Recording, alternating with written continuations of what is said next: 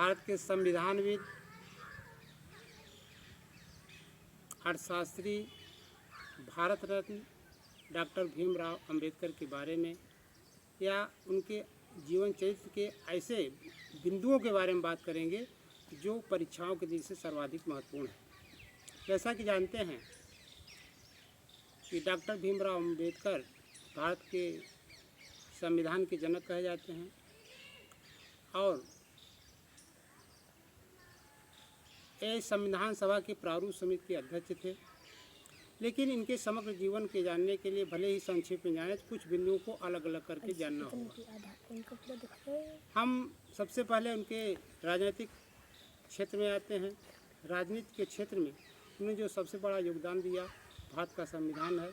दूसरा सबसे महत्वपूर्ण योगदान हिंदू कोड बिल, जिसे 1952 में पेश किया गया था, पास नहीं हो पाया, लेकिन डॉक्टर भीमराव अंबेडकर ने उसके लिए अपना पूरा प्रयास किया था और इसके परिणाम स्वरूप ही जब पास नहीं हो पाया तो वे अपने पद, जो कानून मंत्री थे, उससे त्यागपत्र दिया। यानी भारत के पहले कानून मंत्री डॉक्टर भीमराव अंबेडकर थे। इन्होंने संविधान के अनुच्छेद 32 को संविधान की आत्मा कहा है।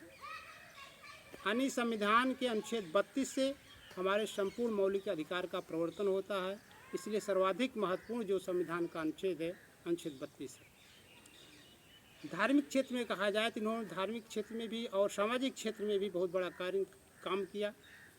जैसे कालाराम मंदिर में प्रवेश के मामले को लेकर 1930 में हुआ था, यह भी डॉक्टर भीमराव अंबेडकर का सबसे महत्वपूर्ण योगदान है। और 2 मार्च 1930 को यह नासिक में पड़ता है। इसके माध्यम से वे समाज के लोगों को चेतना पैदा करना चाहते थे। आंदोलन का ये उद्देश्य था। आंदोलन की सफलता असफलता हम इस बात पर निर्भर करते हैं कि हमारा जो उद्देश्य है वो कहाँ तक पूरा हुआ। 1924 सितंबर 1932 को पूना पैक्ट हुआ गांधी जी और डॉक्टर भीमराव अंबेडकर के बीच में। वह भी एक पत्थर की लकीर है, कुछ चीज़ों को लेकर समझौता करना पड़ा। अगर हम आर्थिक क्षेत्र में जाएं तो आर्थिक क्षेत्र में इनका सबसे बड़ा योगदान the problem of rupees and his solution में भारतीय अर्थव्यवस्था के बारे में विस्तार से बताया गया है। उसी के अनुरूप ही 1 अप्रैल 1935 की भारतीय रिजर्व बैंक की स्थापना हुई।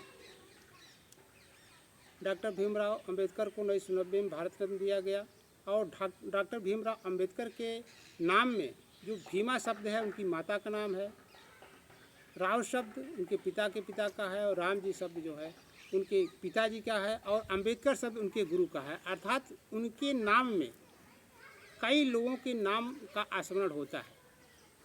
इस तरह से उनका पूरा नाम डॉक्टर भीमराव रामजी अंबेडकर कहा जाता है। डॉक्टर भीमराव अंबेडकर की सबसे बड़ी जो स्मरण करने की बात है, उनके बनाए गए रास्तों पर, उनके बताए गए रास्तों पर चलने से है। धन्यवाद।